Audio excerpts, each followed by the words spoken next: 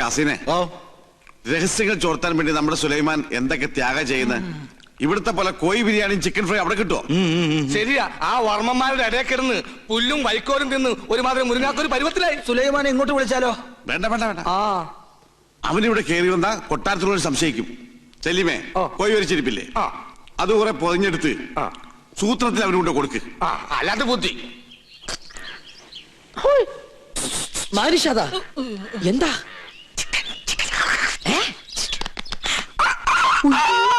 വേണ്ട വേണ്ട വേണ്ട, കൊണ്ടുപോ കൊണ്ടുപോ. എന്ത് കയ്യിലെന്തിനാ ഇത് തന്നെ?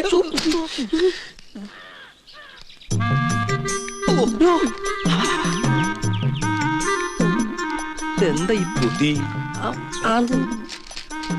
ഈശ്വര കോഴി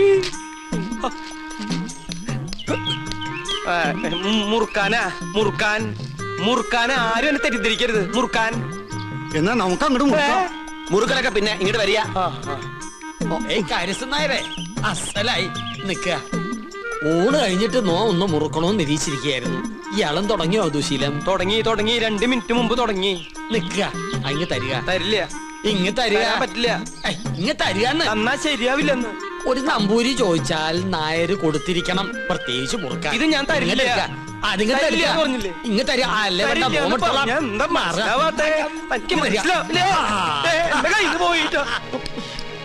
ചേട്ടാ, ചേട്ടാ ചേട്ടൻ എന്തിനാ പൊതി എടുക്കാൻ പോയത്? ആ പരശുതമ്പുരി ആ പൊതി കൊണ്ട് എങ്ങോട്ട് പോയി?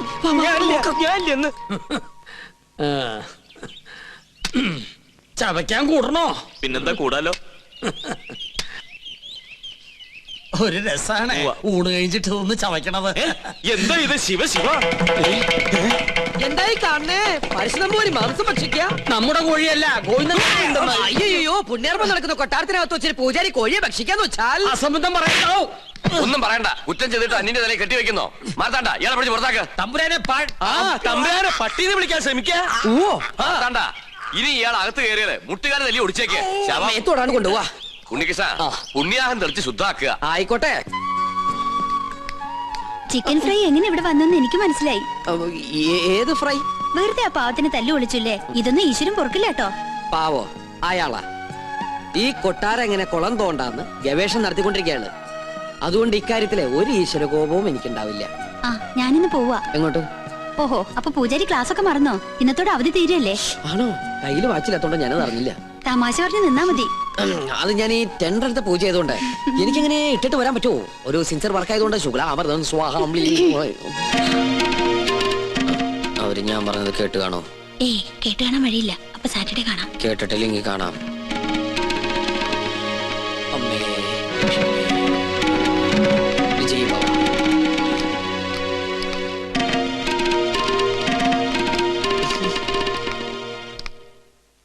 എന്താ ഉണ്ണികൃഷ്ണനായിട്ട് സംസാരിച്ചത്? ഏയ് ഒന്നുമില്ല, ഗോപികയെ കുറിച്ച് പറയായിരുന്നു. എന്നെ കുറിച്ചോ? എന്തു പറഞ്ഞു? പൂജയ്ക്ക് ഫലം ഉണ്ടാകുമെന്നും ഗോപിക തമ്പുരാട്ടിക്ക് ഇഷ്ടപ്പെടുന്ന രാജകുമാരനെ ഉടനെ കണ്ടെത്താൻ കഴിയുന്നു. ഉണ്ണികൃഷ്ണൻ പറഞ്ഞത് നേരാ.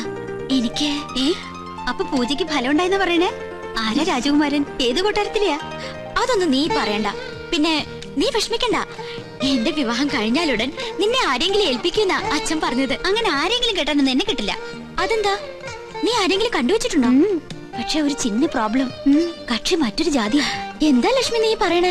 ഹരിതാത്തൊന്നും ചിന്തിക്കാനേ പാടില്ല കേട്ടോ. അവസാനം മാളവിക തമ്പുരാട്ടിയുടെ അനുഭവമായിരിക്കും ഉണ്ടാവുക. അവർക്കെന്താ സംഭവിച്ചേ? സുഖമായിട്ട് ജീവിക്കുന്നവര്. പിന്നെ തമ്പ്രാക്കന്മാരെ വൈരാഗ്യം അതൊന്നും കാര്യാക്കല്ലെന്നേ. ഞാൻ കണ്ടുവച്ചിട്ടുള്ള ആള് ശുദ്ധ ബ്രാഹ്മണ. അല്ലാതെ നിന്നെ പോലെ പരദേശം നോക്കി പോയില്ല ഞാൻ.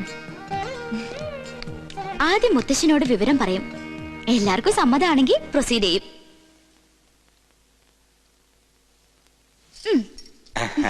എന്തോ ഒരു കാര്യസാധ്യത്തിന് വേണ്ടിയുള്ള പുറപ്പാടാണെന്ന് മനസ്സിലായി. അങ്ങനൊന്നുമില്ല മോളെ. പൊടിക്കുഞ്ഞായ നിന്നെ ആദ്യമായി ഏറ്റുവാങ്ങിയത് ഈ കൈകളിലാ. നീ ചിരിച്ചാലും കരഞ്ഞാലും മുഖം വീർപ്പിച്ചിരുന്നാലും അതെന്തിനൊക്കെയാണെന്ന് എനിക്കറിയാം. അമ്മ ഇല്ലാത്ത കുട്ടിയല്ലേ ഞാൻ. എന്ത് കാര്യം ഉണ്ടെങ്കിലും ഞാൻ മുത്തശ്ശനോടല്ലേ പറയാറ്. ഞാനൊരു കാര്യം പറഞ്ഞാ മുത്തശ്ശൻ വഴക്കു പറയോ? ഇല്ല. ഉറപ്പാണല്ലോ. വളച്ചൊടിച്ചു മുത്തച്ഛനെ ബോറടിപ്പിക്കാതെ കാര്യം പറ. എന്റെ വിവാഹം തടസ്സങ്ങളൊന്നും കൂടാതെ നടക്കാനല്ലേ മുത്തശ്ശ ഈ യാഗവും പൂജയൊക്കെ? അത് നിനക്കറിയാവുന്നല്ലേ. പൂജയുടെ ഫലസിദ്ധി കൊണ്ടോ ദൈവനിശ്ചയം കൊണ്ടോ എന്തോ എനിക്കൊരാളെ ഇഷ്ടമായി. ആദ്യമായിട്ട് മുത്തശ്ശനോടാ പറയണേ. ഞാൻ ഇഷ്ടപ്പെട്ട ആളോട് പോലും ഇക്കാര്യം പറഞ്ഞിട്ടില്ല. കാരണം പഴയ ചരിത്രം ഇനി ഈ കൊട്ടാരത്തിൽ ആവർത്തിക്കരുത്. ഇവിടുത്തെ ഒരു പെൺകുട്ടി പ്രേമിച്ചിനി ഒളിച്ചോടൊന്നും കരുതണ്ട. ഈ ഗോപികയ്ക്കൊരു മംഗല്യം ഉണ്ടെങ്കിൽ അത് മുത്തശ്ശന്റെ അനുഗ്രഹത്തോടും ആശീർവാദത്തോടും കൂടി മാത്രമായിരിക്കും. ആളെ ഇതുവരെ മോള് പറഞ്ഞില്ല. ഉണ്ണികൃഷ്ണൻ നമ്പൂതിരി. പഴയ ചരിത്രം ആവർത്തിക്കാനുള്ള ഉദ്ദേശമെങ്കിൽ കൊന്നുകളയും ഞാൻ അവളെ. എന്റെ കുട്ടി അവനെ പ്രേമിച്ച് ഒളിച്ചോടിയൊന്നുമില്ലല്ലോ. തന്റെ മനസ്സ് രക്ഷിതാക്കളെ അറിയിച്ചെന്നല്ലേ ഉള്ളൂ. അതൊരു വലിയ കാര്യം തന്നെ. അവളുടെ താല്പര്യത്തിൽ അസ്വാഭാവികമായിട്ടൊന്നുമില്ല. തെരഞ്ഞെടുപ്പിൽ പാളിച്ചയുമില്ല. എന്തായാലും ക്ഷത്രിയർക്ക് മുന്നിലാ ബ്രാഹ്മണരുടെ സ്ഥാനം. ഉണ്ണികൃഷ്ണന്റെ അച്ഛൻ ബ്രഹ്മദത്തിന് ഈ കൊട്ടാരവുമായി പൂർവ്വബന്ധങ്ങളുണ്ട്. പിന്നെ പണത്തിന്റെ കുറവ് അത് തറവാടിത്തം കൊണ്ട് മറികടക്കും. അല്ല, രണ്ടുപേരും ഒന്നും പറഞ്ഞില്ല. യാഗത്തിന്റെ ഫലം നേരത്തെ കിട്ടിയെന്ന് വിചാരിക്ക. നിമിത്തങ്ങളും വിവാഹത്തിന് അനുകൂലം. ഇന്നത്തോടെ പൂജയെല്ലാം അവസാനിപ്പിക്കാം. വരനെ കണ്ടെത്തിയ സ്ഥിതിക്ക് യാഗം തുടരുന്നത് ദോഷാണ്. താൻ എവിടെ പോയി കിടക്കായിരുന്നു? ഞാൻ കോർപ്പറേഷൻ ഓഫീസിൽ പോയി ചെയർമാനെ കണ്ടില്ല. ചെയർമാന്റെ വീട്ടിൽ പോയി ചെയർമാനെ കണ്ടില്ല. എനിക്ക് ആകെ ഒരു ടെൻഷനാ. ചെയർമാനെ കണ്ടില്ല. ചെയർമാനൊക്കെ അവിടെ ഇരിക്കട്ടെ. അവിടെ ഇരിക്കട്ടെ. എടോ, പൂജ ചെയ്യാനെത്തിയ ഉണ്ണികൃഷ്ണൻ. അത് ഉണ്ണികൃഷ്ണൻ തന്നെ അല്ലാന്ന് നിങ്ങളെ ആരോ? താൻ എന്തൊക്കെയാ പറയുന്നേ? എടോ, ഉണ്ണികൃഷ്ണനെ കുറിച്ച് തന്റെ അഭിപ്രായം എന്താണെന്ന് ചോദിച്ചേ. മാർത്താണ്ട ഡീസൽ അടിച്ചില്ലേ? ഡീസൽ അടിച്ചു. ചോദിച്ചത് കേട്ടില്ലേ? ഡീസൽ അടിച്ചു. എടോ, ഉണ്ണികൃഷ്ണനെ കുറിച്ച് തന്റെ അഭിപ്രായം എന്താണെന്നാ ചോദിച്ചേ. നല്ല അഭിപ്രായം അല്ലേ? നമ്മുടെ ഗോപികയ്ക്ക് വേണ്ടി ഉണ്ണികൃഷ്ണനെ കല്യാണം ആലോചിക്കുന്നതിനെ കുറിച്ച് എന്ത് പറയുന്നു? ഗോപിയയ്ക്ക് കല്യാണം ആലോചിക്കുന്നതിനെ കുറിച്ച് തന്റെ അഭിപ്രായം എന്താണെന്നാ ചോദിച്ചത്. എനിക്കങ്ങനെ പ്രത്യേകിച്ച് ഒരു അഭിപ്രായം തോന്നുന്നില്ല. എന്നാ ഞങ്ങൾക്കുണ്ട്. അവൻ സമ്മതിക്കോ? ആദ്യം കുട്ടികളോടാ ചോദിക്കുക, അവന്റെ വീട്ടുകാരുമായിട്ട് ആലോചിക്കുക, എന്നിട്ട് അറിയിക്കാം. അത് മതിയോ? ഇയാൾക്ക് എന്താ പറ്റിയേ? കാറിലോട്ട് കയറി മണിമല മാലിക്കത്തേക്ക് പോവാം. മണിമല മാണിക്കത്തേക്കോ? അത് ഉണ്ണികൃഷ്ണന്റെ വീടല്ലേ? ഞാനില്ല. എനിക്ക് അമ്പലത്തിൽ പോകണം. 4 മണിക്ക് വഴിപാടുണ്ട്. ഈ വേഷത്തിലോ? എന്താ ഈ വേഷത്തിൽ പോകൂടെ? താൻ എങ്ങോട്ടും പോണ്ട, കാറിലോട്ട് കയറി. തനിക്കല്ലേ വഴി നിശ്ചയുള്ളൂ. ഞാൻ വന്ന വഴി പോയ വഴിയൊക്കെ മറന്നു. മറക്കേ, 2-3 വട്ടം താൻ അവിടെ പോയതല്ലേ? എനിക്ക് എന്താണെന്നറിയില്ല, പെട്ടെന്ന് ഒരു മറവി. സ്വപ്നാംബുലിസം. അത് ശരി. അപ്പൊ ബാധ ശരിക്കും ഒഴിഞ്ഞിട്ടില്ല. മാർത്താണ്ട, ആ തിരുമംഗലത്തെ വിളിക്ക്. 2 ചൂരൽ കഷായം കൊടുക്കുക. എനിക്ക് ഓർമ്മ വന്നു. ആരെയും വിളിക്കണ്ട. എനിക്ക് വഴി നല്ല ഓർമ്മയുണ്ട്. ഒന്ന് പിടിച്ചേ. എനിക്കൊന്നു ഞാൻ ഒന്നിന് പോട്ടെ. 1ഉം 2ഉം ഒക്കെ പിന്നീട് ആകാമടോ.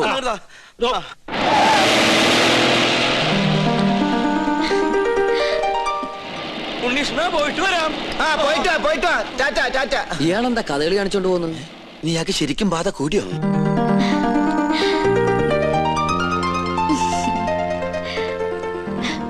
എന്താണ് തമ്പുരാട്ടിക്കുട്ടി നല്ല ഹാപ്പി മൂഡിലാണല്ലോ. കാര്യമുണ്ട്. എന്താണാവോ? അതെ, എനിക്ക് വേണ്ടി കല്യാണം ആലോചിക്കാൻ എല്ലാരും കൂടി പോയിരിക്ക. അപ്പൊ താൻ സമ്മതിച്ചോ കല്യാണത്തിന്? എന്താ മുഖത്തിനൊരു വാട്ടം? ഏയ്, ഒന്നുമില്ല. ആരാണ് ആ ഭാഗ്യവാനായ ചെറുപ്പക്കാരൻ ഓർത്താ? ആളെ ഞാൻ പറയില്ല. വേണമെങ്കിൽ തൊട്ട് കാണിക്കാം.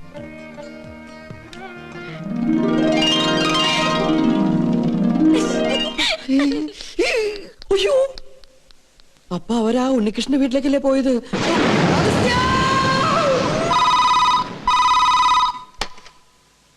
ഹലോ, ഉണ്ണികൃഷ്ണന്റെ വീട് തന്നെയല്ലേ? അതെ. ഉണ്ണികൃഷ്ണ, ചെയർമാൻ ദാമോദരൻ നമ്പൂതിരി പറഞ്ഞിട്ട് വിളിക്കുക. ഉണ്ണികൃഷ്ണൻ വീട്ടിലുള്ള കാര്യം ആന്റണിയുടെ ആൾക്കാർ അറിഞ്ഞു. പോലീസ് അന്വേഷിച്ചു വരാൻ സാധ്യതയുണ്ട്.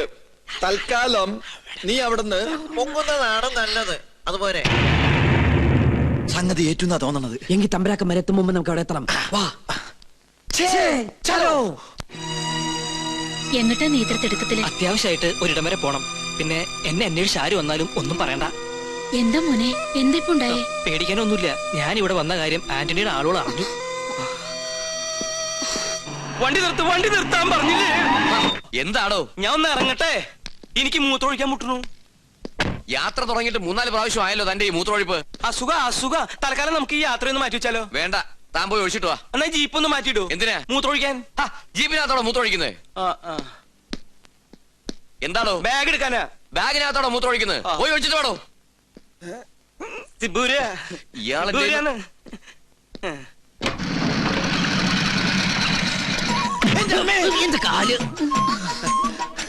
ഉണ്ണികൃഷ്ണൻ ഇവിടെ ഇല്ല. അറിയാം, അവൻ ഇവിടെ ഉണ്ടാവില്ലെന്ന് പറഞ്ഞിരുന്നു. അതുകൊണ്ടല്ലേ ഞങ്ങൾ വന്നത്. ഞങ്ങൾ ഉണ്ണിയുടെ സുഹൃത്തുക്കളാ. എന്റെ പേര് ഉണ്ണികൃഷ്ണൻ തന്നെയാ. എന്റെ പേര് അഗസ്റ്റിൻ. അഗസ്റ്റിൻ നമ്പൂതിരി. ഞങ്ങൾ 2 ഫ്രണ്ടുക്കളാ. ബാക്കിൽ നിന്ന് വന്നേ ഉള്ളൂ.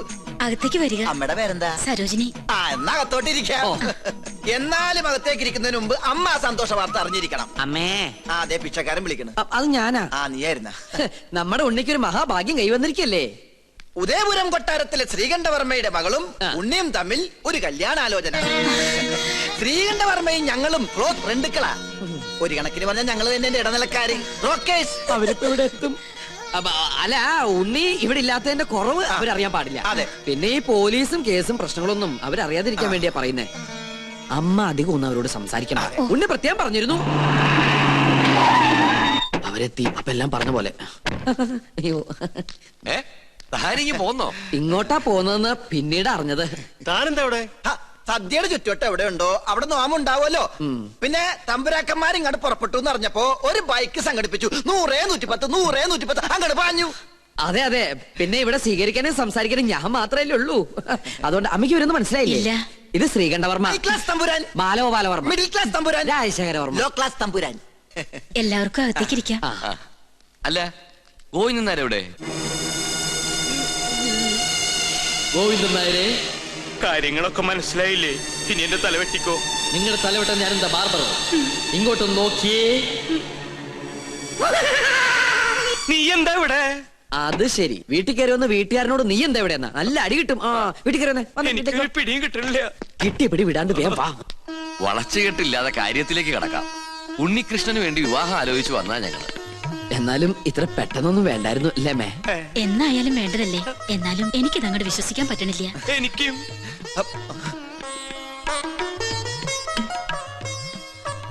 ഇതേതാ ഈ കുട്ടി? ചോദിച്ചത് കേട്ടില്ല മേ. ഇതാരാന്ന് ഒന്ന് പറഞ്ഞു കൊടുക്കണ്ടേ? ഉണ്ണിയുടെ പെങ്ങളാ സുധ. കൊള്ളാല്ലേ? കൊള്ളാം. അമ്മ പെങ്ങളെ തിരിച്ചറിയില്ല എന്ന് പറഞ്ഞ. എനിക്ക് ആദ്യം മനസ്സിലായില്ല, ഇപ്പൊ എല്ലാം മനസ്സിലായി. നീ എങ്ങനെയാ അവിടുന്ന് ഇടുവന്നേ?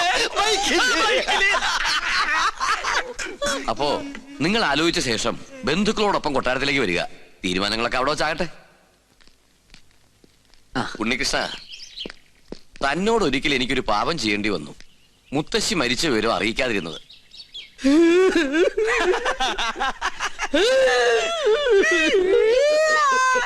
അവസാനായിട്ടൊന്ന് കാണാൻ പോലും കഴിഞ്ഞില്ല. അതിന് നീ എന്തിനാ കരയണേ? ആ 16 അടി സദ്യയുടെ ദേഹം എനിക്ക് കിട്ടില്ലെന്ന് ഓർത്തിട്ടാ. അത് പോട്ടെ പോട്ടെ പോട്ടെ. അതൊക്കെ പോട്ടെ. ഇനി കല്യാണം കഴിയുന്നത് വരെ താൻ കൊട്ടാരത്തിലുണ്ടാവണം.